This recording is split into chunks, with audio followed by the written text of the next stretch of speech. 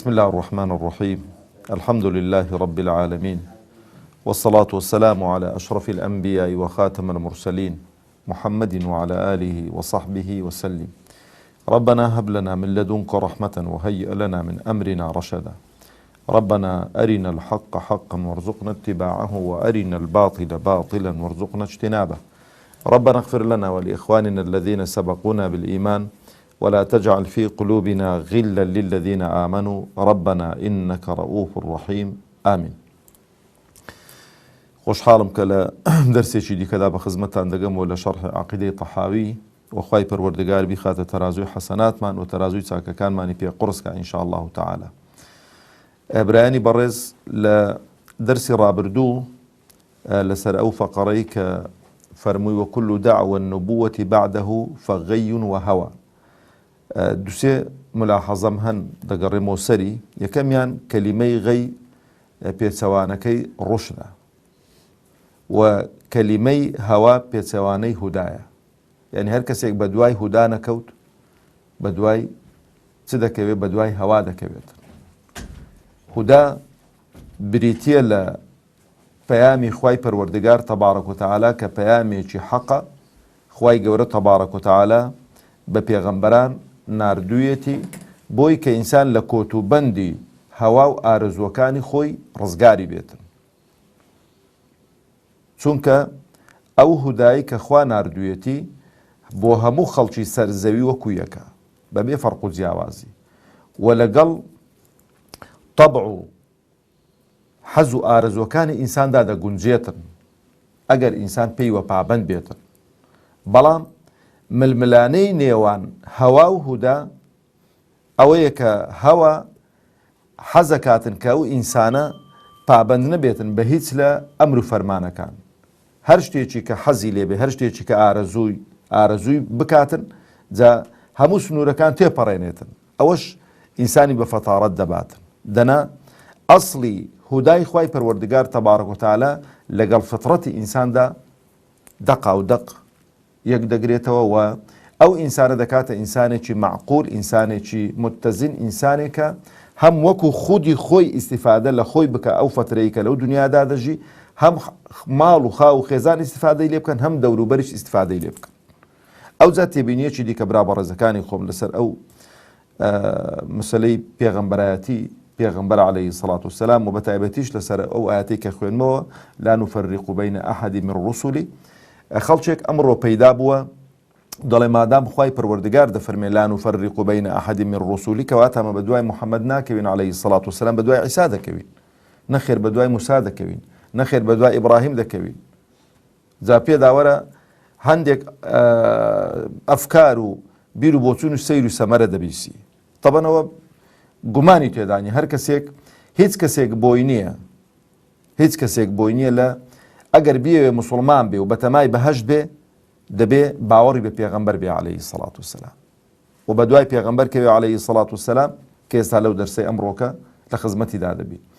و چۆن قورئان ختامی هەموو پەیام و کتابەکانی خوایە فەرەزنا ئینجیل و تەورات و زەبور ئەگەر دەستکاریش نەکرابان نوسخەی ئەسڵی کە خوای پەروەردگار تەبارەک وتەعالە بە جبریل ناردوویەتی لە بۆ موسا و لە بۆ عیسا و لە بۆ داود عەلەیهیمو السەڵات وەسەلام، ئەو پەیامەی خوای پەروەردگار تەبارەک وتەعالە بە دەقا و دەق وەچی خۆی بایە مادام قورئان هاتوو نەسخی هەموو ئەو پەیامانەی کردوتەوە، کەسێک بڵێ وەڵا ئەمن مادام هەموو هەر کتابی خوانە بە دوای قورئان ناکەوم بە دوای ئینجیل و تەورات و زەبور دەکەوم پێی کافر دەبوو، پێی کافر دەبێت. بە هەمان شێوەش ئەو پێغەمبەرانەی دیکە عەلەیهیمو السەڵات وسەلام پێغەمبەری خوان کە پێغەمبەری خوانە، بەڵام بە هاتنی موحەممەد الموستەفا عەلەیهی سەڵات وسەلام هیچ کەسێک بۆی نییە بڵێ وەڵام بە دوای موحەممەد الموستەفا ناکەوم عەلەیهی سەڵات وسەلام بە دوای ئەوانەی دیکە دەکەم، چونکە فەرق و جیاوازی نییە.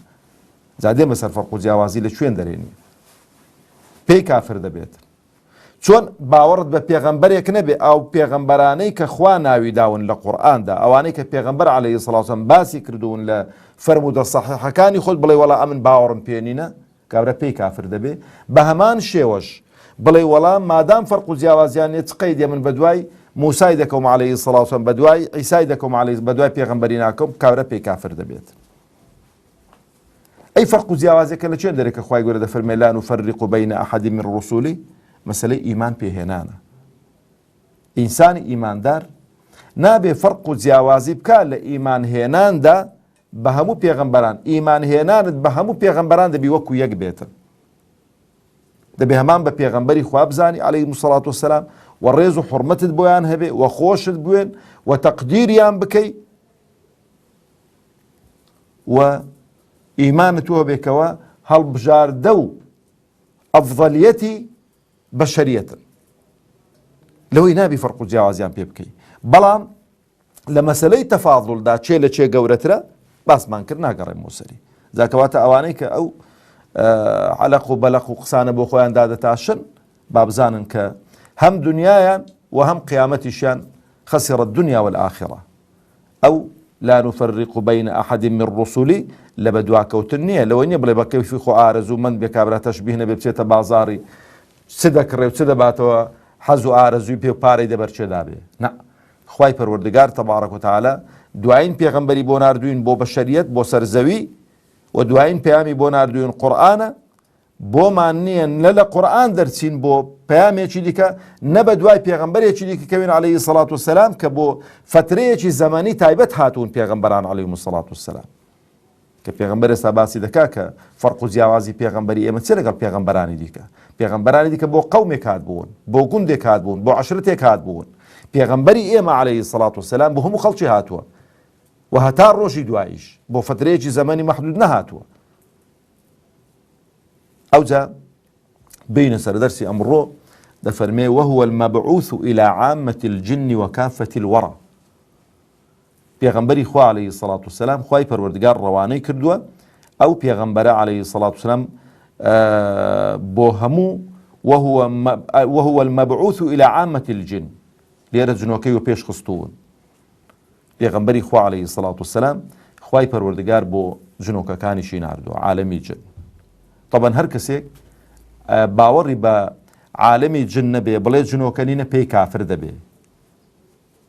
ئەوە بۆ ئەو کەلیمەی بەکاردێنن چکە ئەو کەلیمە پێم خۆشە زۆر دووبارەی کەمەوە چکە ئێستا خەڵکێک ئیش لەسەرەوە دەکە کاکە نابێ باسی کافر بوون و باسی نزانم ئەوانە بکەن و ئەوە فکرەی تەکفیریە. نە ئەو فکرەی تەکفیری و دڵسۆزیە بۆ خەڵکی.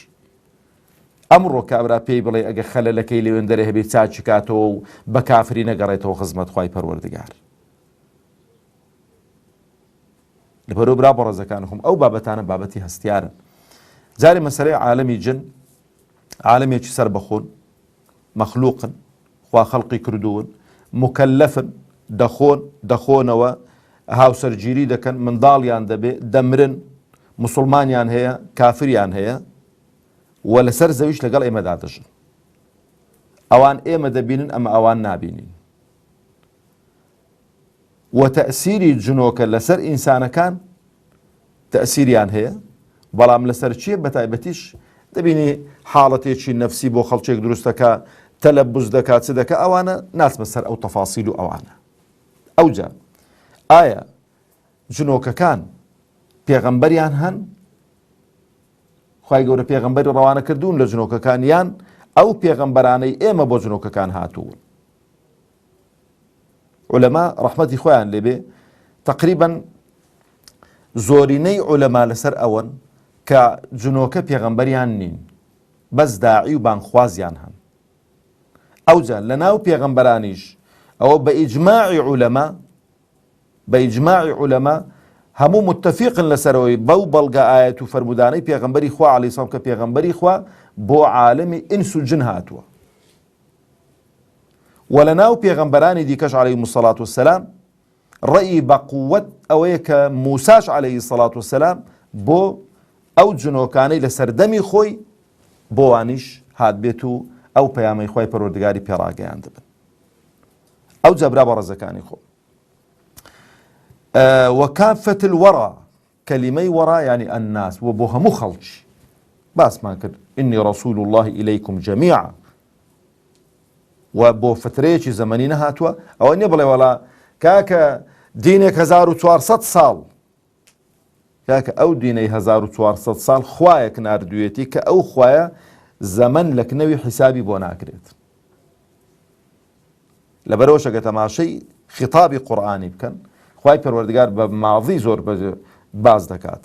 فەریق فی الجەنە و فەریق فی السەعیر. ئەوجا کە باسی تەماشای ئاەتەکانی بەهەشت دەکەی و نیعمەتەکانی بەهەشت دەکەی و تەماشەی خیتابی بەهەشتیان لەگەڵ دۆزەخیان دەکەی و خیتابی ئیبلیس دەکەی لەگەڵ دۆزەخیان، هەموو شتێک کۆتایی پێ هاتووە. ئەوجا برا بەڕێزەکانی خۆم، پێغەمبەری خوا عەلەیهی سەڵات وسەلام کە هاتووە بۆ عالەمی ئینس و عالەمی جن، وەکو بەرچاوڕوونیەک خوای پەروەردگار تەبارەک وتەعالا دەفەرمێ: قل أوحي إلي أنه استمع نفر من الجن فقالوا إنا سمعنا قرآنا عجبا يهدي إلى الرشد فآمنا به ولن نشرك بربنا أحدا. هل القرآن إمدا سورتك من بناوي سيا الجن هاتون وفدك هاتون بولاي پیغمبری خوا عليه الصلاة والسلام لقل دانشتون جویان لێ ڕاگرتووە، مسلمان بوون، گەڕاونەوە پەیامی خوای پەروەردگاریان بە خەڵکەکەی خۆیان ڕاگەیاندووە. ئەوجا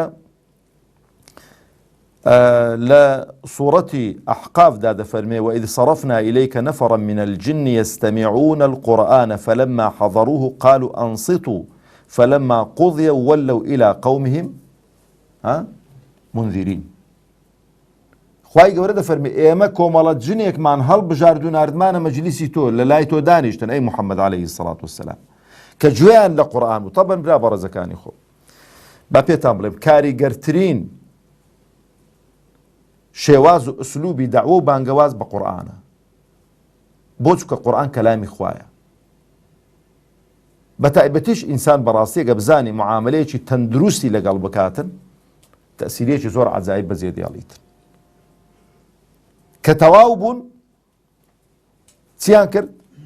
وەلەو ئیلا قەومهم منذرین، گەڕان و ناو قەومی خۆ خەڵکی خۆیان بان کرد و ئامۆژگاری و نسحەتیان دەکردن بۆی کە ئیمان بێن و باوەڕ بێنن. ئەو جابرا بەڕێزەکانی خۆم، مەسەلەی پێغەمبەر عەلەیهی سەڵات وسەلام کە هاتووە بۆ عالەمی ئینس و جن، خوای پەروەردگار تەبارەک وتەعالا لێیان دەپرسیتەوە: یا معشەڕ الجن والئینس ئەلەم یەئتیکم رسل منکم یقصون عەلەیکم ئایاتی وینذرونەکم لیقاء یومیکم هذا.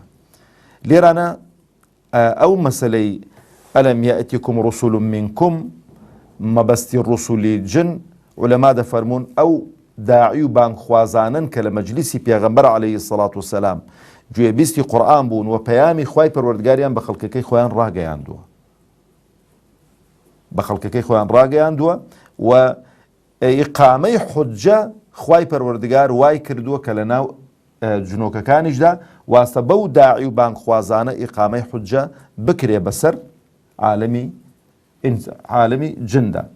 ڕێیەکی لاواز هەیە، هەر ڕێیەکی زۆر چ کابرای گوتی سەقەتە، ئەڵێ کاکە هەر ئەسڵ و ئوسولی عالەمی جن هەر نییە، شتێک نییە بە ناوی جن بێ، هەر ئینسانن کابرا دەبێتە جنۆکە و لانی لە خراپی سفەتی جنۆکەکان، هەر ئیبلیسیش دەڵێ هەر ئینسانە، دەڵێ شڕیری و خراپەکاری وای کردووە کە بڵێنەوە ئیبلیسە. ئەوە چی زائیفە و هەموو بەڵگە و دەلیلەکان ڕەدی دەدەنەوە. لێرانە دابرا بەڕێزەکانی خۆم، ئەو خوای تەبارەک وتەعالا کە محەممەدی ناردووە عەلەیهی سەڵات وسەلام بۆ خەڵکی بۆ عالەمی ئینس و جن، خوای پەروەردگار کۆتایی بە پێغەمبەرایەتی هێناوە لەسەر ڕووی زەوی، باسمان کرد. ئەوجا هەندێک سیفەتی ناردووە کە پێغەمبەری پێدا ڕەوانە کردووە: بالحەق والهدى، دینی مەدینی حەقە، قورئانمان حەقە، پێغەمبەرمان حەقە عەلەیهی سەڵات وسەلام. خوای پەروەردگاریش دەفەرمێ: وما بعد الحەق إلا الضلال. فماذا بعد الحق إلا الضلال. خواب هذا شداتوا برا بەڕێزەکانی خۆم، لە دوای حەق، یعنی ئەگەر بە دوای حەق نەکەوتی ئۆتۆماتیکیەنە تۆ لە سنفی چی؟ ئەوانەی کە گومڕا بوون، ئەوانەی کە لاڕێ بوون. ئەو جابرا بە ڕێزەکانی خۆم کەلیمەی حەق یعنی چی؟ یعنی ئەو دینەی کە هاتووە هەموو شتەکانی بە میزانن، هەموو شتەکانی لە شوێنی خۆن، ئیفرات و تەفریتی تێدا نییە، بارقورسی تێدا نییە، تەکلیفی ما لا یوتاقی تێدا نییە. تەماشاکە زۆرن ئايات لا يكلف الله نفسا الا وسعها. ئەو وسعە مراعاتی هەموو خەڵکی نەهاتووە بڵێ بە بەربەند لێی دەی جیاوازی نەبێ. هەتا لە مەسەلەی تەکالیفی شەرعی عیباداتدا فەرق و جیاوازیەکەی لە نێوان موسڵمانان و کۆمەڵگەی موسڵمان. ئەو تەکلیفەی کە لە گەنجێکی قالب ساغ دەکرێتن لە پیرەمێردێک ناکرێتن. ئەو تەکلیفەی کە لە پیرەمێردێکی قالب ساغ دەکرێتن لە پیرەمێردێکی نەخۆش و پەککەوتە ناکرێتن. لەبەرەوە مراعاتی هەموو هەم مروری زەمن هەم صحەت و قالب ساغیشی تێدا کراوە. ئەو جا دەفەرمێتی وەلهودا.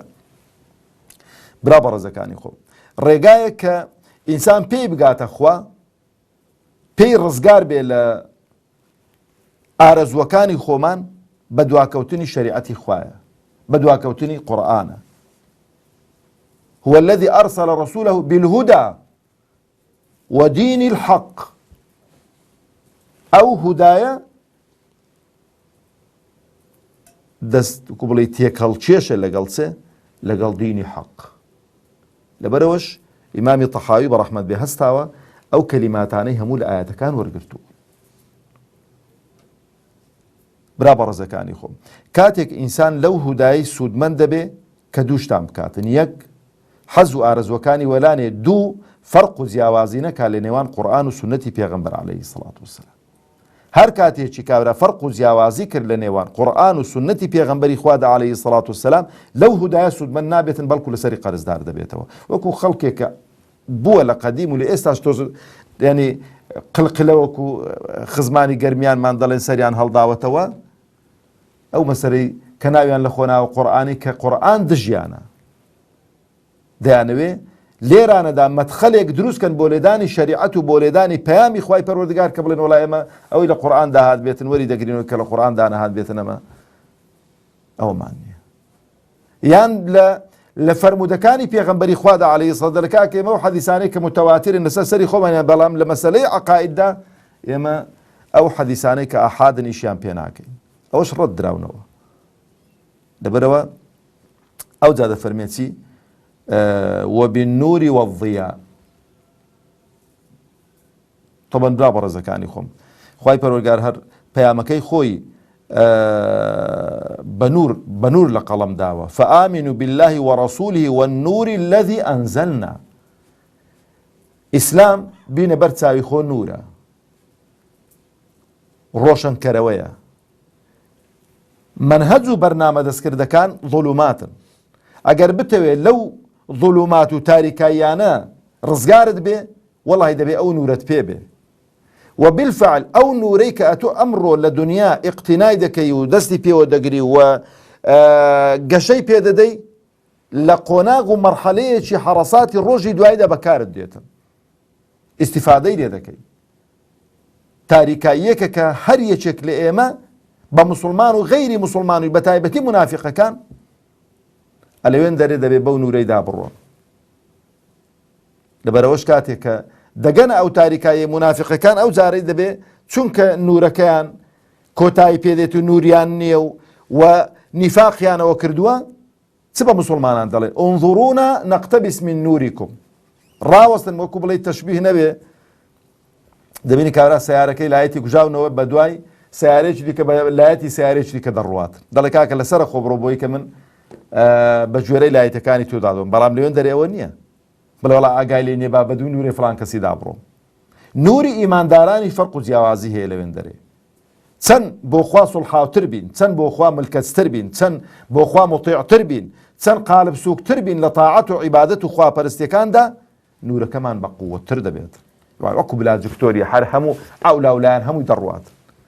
ئیواشێ دەڵێ گچکەترین نوری لەسەری پەنجەیە، پەنجەی پێی کو تەیرەکەیە ناوی چییە گچکۆکەی وەکو مێشێکی وایە، وەکو گوڵەستێرە. پێدەبی و دەگوژێتەوە هاوینان بە تایبەتەوەی کە لە پێدەبی و دەگوژێتەوە ئەوش ئاوایە پێبوو شەقاوێکی دایە و ژاوە ڕادەوەستی جابزانە بە چەند ڕەزالەتی دەڕوات بەڵام ئینە دیکە انظرونا نقتبس من قيل ارجعوا وراءكم فالتمسوا نورا انقول لدنيا نورك خوتان هارون لين دربيهنوا او جبرا برزكاني خب خواي پروردگار تبارك وتعالى او پیغمبري عليه الصلاه والسلام كناردوا بو صفتاني ناردوا واو صفتانش هموي لقران وسنه پیغمبري خو عليه الصلاه والسلام ورجيراون فرق جیاوازی پیغمبری ئێمە عليه الصلاه والسلام لەگەڵ پیغمبرانی دیکە و لەگەڵ ڕسالەتەکانی دیکە دەفەرمێ ئوعطیت خەمسا لم يعطهن أحد قبلي خوای گەورە پێنج شتی بە من داون بە پێغەمبەرانی دیکەی نەداون دەفەرمێ نصرت بالرعب مسيرة شهر هەر کەسێک گوێ لە ناوی پێغەمبەر بوو بێ عليه الصلاة والسلام دژمنانی یعنی یەک مانگەڕێ لێی ترساون خوای گەورە ترسی خستونە ناو دڵی ئەوجا دەفەرمێ وجعلت لي الأرض مسجدا وطهورا خەڵک لە دینەکانی دیکە شوێنی عیبادەت و خواپەرستیەکانیان بەس لەوێن دەرێ بۆیان هەبوو عیبادەت بکەن بۆ پێغەمبەری عەلی لە هەر شوێنێکی موسڵمان نوێژ بکاتن بۆی مەسجدە و خاکەکەشی پاککەرەوەیە تێمومی پێ دەکاتن ئەوجا دەفەرمێ فأيما رجل من أمتي أدركته الصلاة فليصلي لە هەر شوێنێکی کابرا کاتی نوێژە داهات با نوێژەکەی خۆی بکاتن وأحلت لي المغانم ولا تحل لأحد قبلي غەنیمە بەس بۆ پێغەمبەر حەڵال بوو بۆ ئومەتانی دیکە حەڵال نەبووە کۆیان دەکردەوە ئاگرێک لە ئاسمانێ دەهات دەیسووتان نیشانەی قبولبوونی جیهاد و تێکۆشانەکەیان بوو بەس غەنیمە بۆ پێغەمبەری ئێمە عەلەیهی سەڵاتو وسەلام حەڵال بوو ئێستا خەڵکێک دەڵێ وەڵا کاکە ها بابە کە باسی غەنیمەت کرد زۆر قورسە لەسەر دڵیان بەس ئەو باسی ئەو تاڵان و دزی و جەردەیەی خۆی ناکاتن کە غەنیمە بە نەسی قورئان و فەرمودەکانی پێغەمبەری خوا حەڵاڵە بۆ لە کاتی جیهاد و ڕوبەڕووبوونەوە لەگەڵ دوژمناندا بەڵام ئەو جیهاد و ڕوبەڕووبوونەوە دەبێت لەسەر دین بێ مەسەلەی کوفر و ئیمان بێ ئەوە نیە دوو عەشیرەت پێکەوە لەسەر شتێکی کۆمەڵایەتی و لەسەر حدودێکی بەشەڕ بێن وەڵا ئەوی تەکفیر کات و بڵێ وەڵا جا جیهاد دەچێت دەست بەسەر ماڵ و سەرەت و سامانی دابگرێت ئەوجا ئاخیری دەفەرمێ وأعطيت الشفاعة خواي پروردگار أو شفاعة كبرى بپیغمبری ئێمەی داوە عەلەیهی سەلام هیچ پێغەمبەران ئەو شەفاعەتە ناکەن و دەچن بۆ لایەن تکایان لێ دەکەن دەڵێن کاکەمە ناتوانین لەو ڕۆ شەفاعەت هەمویان ئەو بۆ لای دەنێرێ ئاخری بۆ لای محەممەد المصطفى عەلەیهی سەلام ئاخر شت دەفەرمێ وكان النبي يبعث إلى قومه خاصة وبعثت إلى الناس عامة خەڵک پێغەمبەران بۆ قەومەکەی خۆیان دەنێردران بەڵام ئەمن بۆ هەموو خەڵکی نێردراوە خوای گەورە تەبارەک وتەعالە بە گەورەی و عەزەمەتی خۆی و بەرشەفاعەتی ئەو پێغەمبەرەمان بێخی عەلەیهی سەڵات وسەلام و خوای گەورە ئیمانمان سەلامەت کە عاقبەتمان خێرکە نیەتمان ساغ و صاف و نیەتمان ئیخلاسمان زیاتر کا بۆ خۆی و خوای پەروەردگار ئەو دەرسانەش بخاتە تەرازوی حەسەناتمان لە دەرسی داهاتوو باسی قورئان دەکەین ئینشاء الله تعالى والسلام عليكم ورحمة الله وبركاته